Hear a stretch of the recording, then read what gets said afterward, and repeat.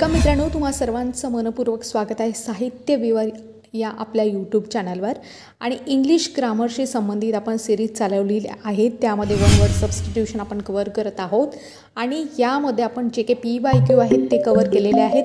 तुम्ही MPSCचे PYQ बघा, म्हणजे ऑलरेडी ज्या झालेल्या एक्झाम आहेत त्यामध्ये विचारले गेलेले प्रिव्हियस इयर क्वेश्चन आहेत ते बघा। तेथे तुम्हाला मी इथे इन्क्लूड केलेले म्हणजे या लेक्चर्समध्ये हे जे आपण लेक्चरचे भाग घेतलेले आहे, पार्ट घेतलेले आहे, यामध्ये तुम्हाला सर्व PYQ दिसून येतील। तर हे लेक्चर्स खूप महत्त्वाचे आहेत, तर तुमच्या मित्रमैत्रिणींना सुद्धा याबद्दल सांगा आणि त्यांना सुद्धा हे लेक्चर शेअर करा। तर आता तुमचा जास्त वेळ न घेता आपण लेक्चरला सुरुवात करूया। हे लेक्चर PYQ बेस आहे म्हणून लक्षात ठेवा। आता समोर आपण म्हणजे आजच्या लेक्चरला आजच्या भागाला आपण सुरुवात करूया। तर आजचा आपला पहिला शब्द आहे a remedy for all disease, त्याला आपण पॅनासिया म्हणतो। हा शब्द खूप वेळा विचारला गेलेला आहे PYQमध्ये। वाटल्यास जे PYQ आहेत ते सुद्धा मी समोर घेणारच, म्हणजे जसे PYQ एक्झाममध्ये विचारले गेलेले आहेत ते आपण PYQ घेऊ, म्हणजे जेणेकरून त्याचीसुद्धा आपण प्रॅक्टिस करून घेऊ। आणि पोस्टमध्ये मी PYQचे जे म्हणजे इमेजेस आहेत किंवा त्याचे जे फोटो आहेत ते सुद्धा अपलोड करत असते की कशा प्रकारे PYQ विचारला आहे ते सुद्धा तुम्हाला पोस्ट या सेक्शनमध्ये दिसून जाईल। तर हा शब्द आहे पॅनासिया, त्याला आपण काय म्हणतो रामबाण। A remedy for all disease, जे काही सर्व रोग आहेत त्या रोगांवर उपचार जो आहे तो एक रामबाण उपाय म्हणतो आपण त्याला आपण म्हणतो पॅनासिया। आता इथे एक गोष्ट लक्षात घ्या, इथे डिसीज आलेला आहे म्हणजे हा शब्द फक्त रोगापुरता मर्यादित आहे का? नाही, म्हणजे पॅनासिया म्हणजे कुठल्याही गोष्टीवर तुम्ही रामबाण उपाय म्हणू शकता। आता एक्झाम्पल आहे की समजा गरिबी आहे, तर गरिबीवर उपाय आहे का? म्हणजे ती दूर करण्यासाठी आहेत ना की अनेक उपाययोजना आपल्याला योजाव्या लागतील। म्हणजे आपण इंग्लिशमध्ये एखादं एक्झाम्पल देऊ शकतो, जसं there is no panacea for poverty, we need multiple strategy to overcome it. गरिबीवर कोणताही रामबाण उपाय नाही, ती दूर करण्यासाठी योजना आपल्याला आखाव्या लागतील, असं आपण उदाहरण असं सांगू शकतो। आता तुम्हाला आणखी याचं उदाहरण म्हणजे आणखी जर साध्या सोप्या भाषेमध्ये समजून घ्यायचं असेल, a solution or remedy for all problems or difficulties, a universal cure आपण म्हणू शकतो त्याला। सर्व रोगांवर किंवा समस्यांवर उपाय, त्यालाच आपण रामबाण उपाय म्हणतो। म्हणून हा शब्द आता तुम्हाला पाठ झाला असेल, ठीक आहे। A solution or remedy for all problems all difficulties, त्यालाच आपण अँड अ युनिव्हर्सल क्युअर एक प्रकारची, त्यालाच आपण काय म्हणतो रामबाण उपाय असं म्हणतो, ठीक आहे। आता पुढचा शब्द आहे प्लुटोक्रेसी। आता एक गोष्ट लक्षात घ्या, डेमोक्रेसी आहे, प्लुटोक्रेसी आहे, ब्युरोक्रेसी आहे, अधिक ऑटोक्रेसी आहे, असे शब्द म्हणजे एकाच याच्यामध्ये विचारले गेलेले आहेत। PYQमध्ये आपण बघितलं तर हे शब्द सगळे आलेले आहेत आणि त्याच्यावर विचारलं आहे। Power in the hand of पार्लमेंटच्या हातात जर अधिकार असते आपण त्याला काय म्हणू? प्लुटोक्रेसी, म्हणजे संसदाधिकार आपण म्हणू शकतो। संसदाधिकार किंवा संसद अधिकार असं म्हणू शकतो। आता एक गोष्ट लक्षात घ्या, एका माणसाच्या हातात असेल तर ते ऑटोक्रेसी, अनेक लोकांच्या हातात म्हणजे लोकांद्वारे लोकांसाठी चालवलेलं जे काही शासन असतं ते का आपण म्हणू शकतो? लोकशाही म्हणजे काय? डेमोक्रेसी। ऑटोक्रेसी शिकलो आपण, डेमोक्रेसी शिकलो। आता ब्युरोक्रेसी म्हणजे नोकरशाही वर्ग, ऑफिशियल्स आहेत त्यांच्या हाती सरकार असेल, गव्हर्नमेंट किंवा रूल बाय दी ब्युरोक्रॅट, किंवा तुम्ही म्हणू शकता नोकरदार वर्ग आहे त्यांच्या हाती असेल तर आपण त्याला ब्युरोक्रेसी असं म्हणतो। आणखी आता हा आपण प्लुटोक्रेसी बघितला इथे, power in hand of parliament म्हणजे त्याला संसद अधिकार असं म्हणू शकतो किंवा संसदाधिकार असं म्हणू शकतो। आता पुढचा शब्द पॅनासिया, सॉरी टू मिस्टेक, इथे पॅनासिया परत रिपीट झालेला आहे, सॉरी फॉर मिस्टेक, इथे पॅनासिया परत रिपीट झालेला आहे। आता पुढचा शब्द पाहू आपण, पॅट्रिमोनी म्हणजेच काय? वडिलोपार्जित। Property inherited from one's father or ancestor. आता दोन्ही शब्द येतात, मॅट्रिमोनी, पॅट्रिमोनी। आता तुम्हाला इथे तर्क लागला असेल, अनुमान तुम्ही काढलं असेल की पॅट्रिमोनी म्हणजेच काय आणि मॅट्रिमोनी म्हणजेच काय। जर प्रॉपर्टी भेटत असेल, समजा मला प्रॉपर्टी भेटत आहे माझ्या वडिलोपार्जित, माझ्या वडिलांकडून भेटत आहे, तर मी त्याला काय म्हणेल की property inheritance from one's father or ancestor त्याला आपण पॅट्रिमोनी म्हणू. आणि तेच जर आईकडून आईच्या म्हणजे वंशातून मिळत असेल म्हणजे मामाकडून इकडून तिकडून तर आपण म्हणू शकतो property inherited from one's mother or ancestor. ते झालं मॅट्रिमोनी म्हणजे आईकडून मिळालेली. आणि ती आईकडून मिळाली त्याला मॅट्रिमोनी. बाबाकडून मिळत असेल किंवा वडिलोपार्जित असेल त्याला आपण पॅट्रिमोनी असं म्हणतो. समजलं? ठीक आहे. आता पुढे जाऊ. पुढचा शब्द आहे फोनोलॉजी. इथे मी एकटाच म्हणजे माझा एकटीचा संवाद आहे आणि असं समजत आहे की तुम्ही ऐकत आहात म्हणून मी म्हणत आहे ठीक आहे समजलं म्हणून. आता पुढचा शब्द आहे उच्चारशास्त्र. Science of pronunciation or vocal sounds. त्याला आपण काय म्हणतो? Phonology. Phonology science of pronunciation or vocal sound त्याला आपण फोनोलॉजी असं म्हणतो. म्हणजे उच्चारशास्त्र. तुम्ही कसे उच्चार करतात त्या शास्त्राला, त्याचा अभ्यास करणाऱ्या शास्त्राला काय म्हणणार आहे? उच्चारशास्त्र, फोनोलॉजी. हा शब्द आहे patent. So right to make and sell some invention त्याला आपण पेटेंट म्हणतो. व्यक्ती अधिकार पेटेंट. आता मी तुम्हाला काही उदाहरणासह काही गोष्टी समजून सांगते. आता समजा मी काही इन्व्हेन्शन केलं आणि समजा मी इको फ्रेंडली पॅकेजिंग डिझाईनचं इन्व्हेन्शन केलं आणि मग मला त्याच्यावर पेटंट घ्यायचं आहे. याआधी कारण कोणी ती गोष्ट चोरू नये किंवा कल्पना चोरू नये किंवा समोर भविष्यामध्ये एखाद्या व्यक्तीने अशी कल्पना आली किंवा म्हणजे त्या गोष्टीचा दुरुपयोग होऊ नये की जो शोध करताय त्याच्या नावावरच ती गोष्ट राहावी यासाठी पेटंटचा हक्क असतो. आता बघा पेटंट म्हणजे तुम्ही काय म्हणू शकता इंग्लिशमध्ये तर मी तुम्हाला सांगितलं की so right to make and sell some invention त्याला आपण पेटंट असं म्हणतो. आणखी थोडं एक्सप्लेन करून सांगते. And official right to given and inventor to make or sell and invention for a certain number of years. म्हणजेच एखाद्या शोधकर्त्याला दिलेल्या शोधाचा हक्क किंवा पेटंट तुम्ही म्हणू शकता. आता इथे एक्झाम्पल मी सांगितलं ना तुम्हाला इको फ्रेंडली पॅकेजिंग डिझाईनचं माझं होतं आणि मला त्यावर पेटंट घ्यायचं आहे. मग मी काय करणार म्हणजे याच्यासाठी एक्झाम्पल कसं देऊ शकता तुम्ही? समजा आता मला पकडून तुम्ही म्हणाल की she applied for a patent for her new eco friendly packaging design. तिने आपल्या नव्या पर्यावरणपूर्व पॅकेजिंग डिझाईनसाठी पेटंटसाठी अर्ज केला असं उदाहरण तुम्ही देऊ शकता. तर इथे तुम्हाला पेटंट समजलं. आणखी थोडं मराठीमध्ये पेटंटबद्दल थोडक्यात माहिती सांगते की एखादा शोध करताय किंवा एखादा व्यक्ती आहे त्या नवीन शोधावर उत्पादनावर जो काही कायदेशीर हक्क मिळतो त्यालाच आपण पेटंट म्हणतो. आणि हा पेटंट दिल्यामुळे नेमकं काय होत असते की हा हक्क दिल्यानंतर काही ठराविक वर्ष त्याचं उत्पादन आहे किंवा प्रक्रिया आहे किंवा शोध फक्त तो व्यक्तीच करू शकतो किंवा विकू शकतो, वापरू शकतो, तयार करू शकतो. इतरांनी ते त्याच्या परवानगीशिवाय वापरल्यास तो खटलासुद्धा भरू शकतो. समजा एखाद्या वैज्ञानिकाने नवीन औषध शोधलं आणि त्याला पेटंट मिळालं त्यामुळे ते औषध विकण्याचा हक्क फक्त त्याच्याकडे राहतो. म्हणजेच तुम्ही साध्या सोप्या भाषेमध्ये असं म्हणू शकता पेटंट म्हणजे नवीन शोध, उत्पादन किंवा तंत्रज्ञान आहे त्याच्यावर मिळवलेला कायदेशीर हक्क. सो आता तुम्हाला पेटंट समजलं असेल. तर आता पुढचा शब्द आपण पाहू. पुढचा शब्द आहे आता हा शब्द आहे प्रिसिडेंट. म्हणजेच तुम्ही असं म्हणू शकता पूर्व उदाहरण. पूर्वोदाहरण म्हणजे पूर्व उदाहरण. शिरस्ता म्हणजे प्रमुख आधीचा असं आपण म्हणू शकतो. Some previous example from the past. Okay. आता आणखी थोडं समजून सांगते.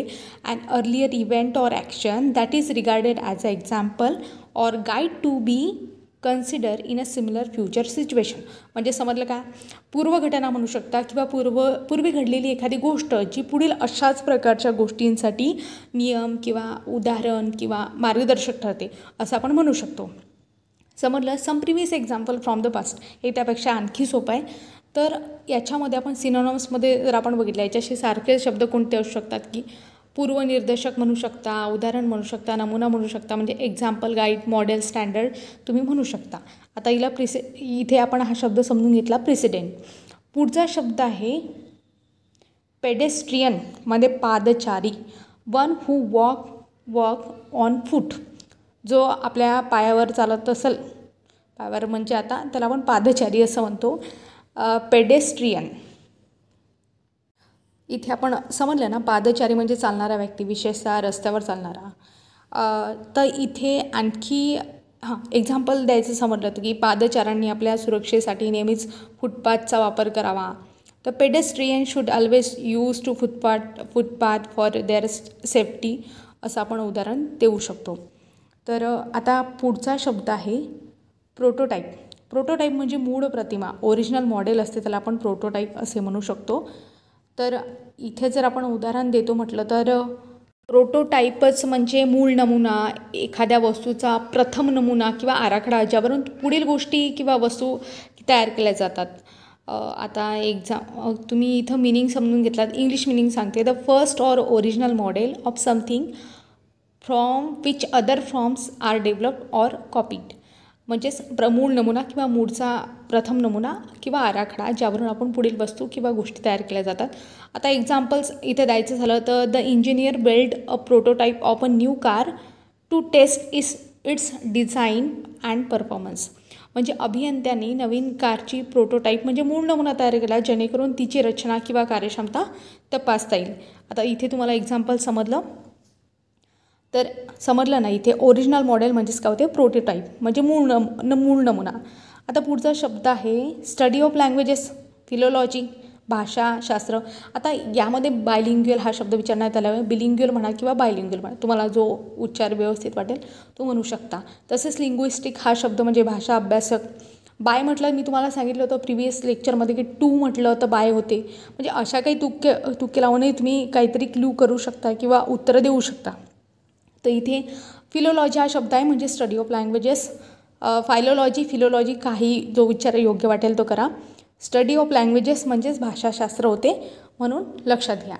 आता पुढचा शब्द आपण पाहू testing of persons conduct qualities abilities, त्याला आपण प्रोबॅशन असं म्हणतो. म्हणजे परिवीक्षा म्हणजे त्याची चाचणी करणे, एक प्रकारे चाचपणी करणे किंवा त्याची क्वालिटीज कशा आहेत, त्याच्या ॲबिलिटीज कशा आहेत, त्याला आपण परिवीक्षा असं म्हणतो. प्रोबॅशन, टेस्टिंग इथे तुम्हाला समजलं असेल. तर टेस्टिंगबद्दल उदाहरण द्यायचं म्हटलं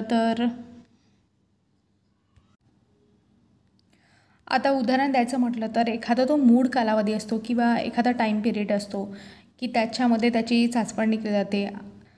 तर आपण त्याला प्रोबॅशन असं म्हणू शकतो की एखाद्या व्यक्तीच्या वर्तनाची, क्षमतेची किंवा पात्रतेची तपासणी करण्यासाठी दिलेला जो काही तपासणी कालावधी असतो, विशेषतः नोकरीत सामील झाल्यानंतर किंवा गुन्ह्यानंतर शिक्षा म्हणून दिला जाणारा काळ असं आपण त्याला म्हणू शकतो. एक्झाम्पलमध्ये she is an a probation for the first 6 months of her job.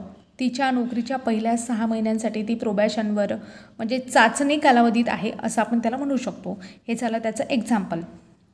इथे समजलं म्हणजे तुम्ही असं एक साध्या सोप्या भाषेमध्ये असं लक्षात ठेवा, परीक्षण कालावधी प्रोबॅशन पिरियड किंवा चाचणी कालावधी म्हणून लक्षात ठेवा.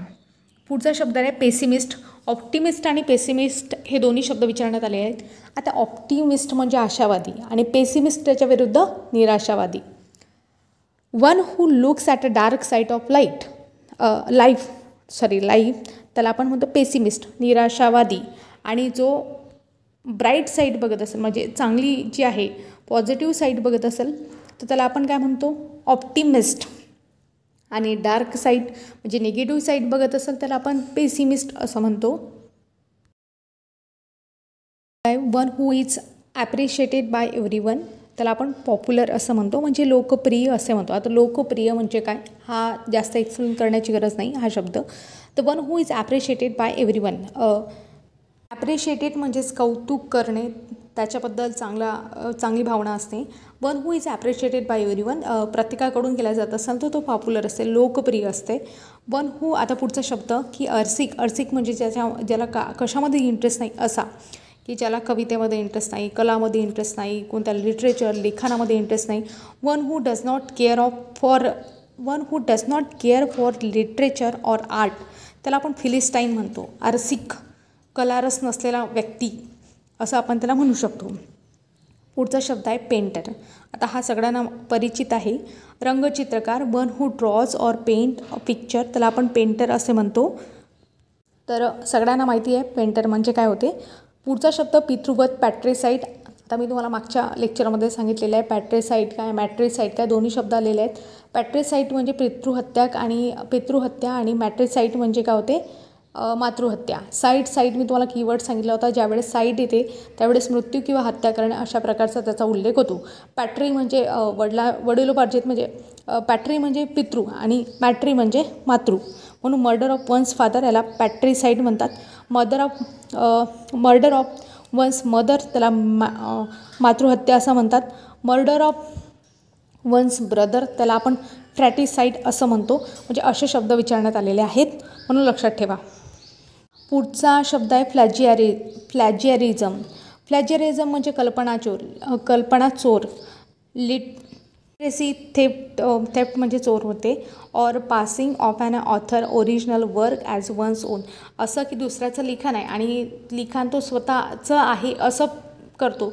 अशा वेळेस कॉपीराईट्स येत असतात. आपण त्याला कल्पनाचोरसुद्धा म्हणू शकतो की दुसऱ्याच्या लिखाणाला, दुसऱ्याच्या कल्पनेला तो जर स्वतःची कल्पना किंवा स्वतःचं सांगत असेल तर त्याला आपण कल्पनाचोर म्हणजे फ्लॅजिअरिझम असा शब्द वापरू शकतो. हा शब्द पण विचारलेला आहे PYQमध्ये. पुढचा शब्द आहे पॉलिएंट्री. त्यामध्ये दोन म्हणजे शब्द असतात, अँड्री आणि गॅमी. ज्यावेळेस अँड्री हा शब्द येते तेव्हा तो पुरुषत्व दाखवतो आणि गॅमी हा शब्द येते त्यावेळेस तो स्त्रीत्व दाखवतो. म्हणून लक्षात ठेवा, पॉलिएंड्री असेल तर बहुपतिकत्व आणि पॉलिगॅमी असेल तर बहुपत्नीत्व असं होते. तसंच मोनोएंट्री आणि मोनोगॅमी असा सुद्धा फरक आहे. मोनो म्हणजे एक आणि तुम्हाला सांगितलं अँड्री म्हणजे पुरुषत्व दाखवते. म्हणून मोनोएंट्री असेल तर ते एक पत्नीत्व आणि मोनोगॅमी असेल इथे चूक झाली. अँड्री म्हणजे मी तुम्हाला सांगितलं पुरुषत्व दाखवते.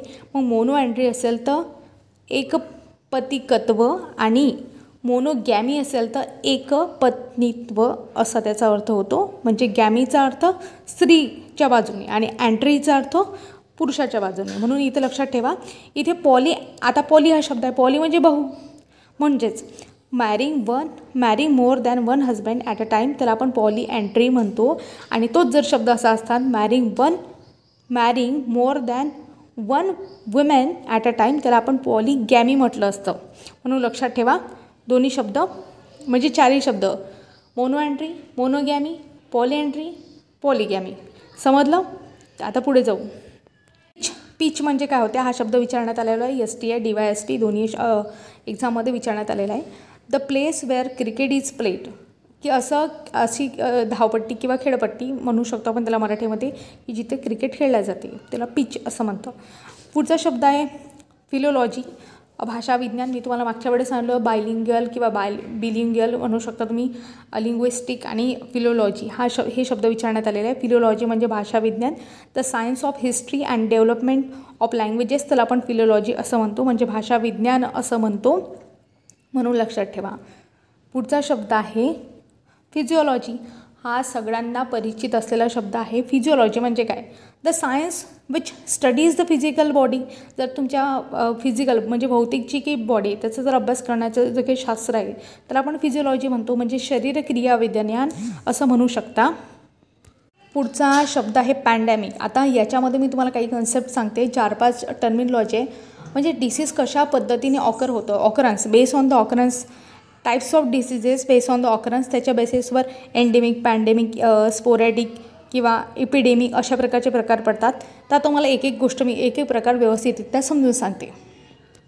सुरुवातीला आपण जो आपला वन वर्ड सबस्टिट्यूशन आहे तो घेऊ. हा आलेला आहे पॅन्डेमिक, खूप वेळा आलेला आहे.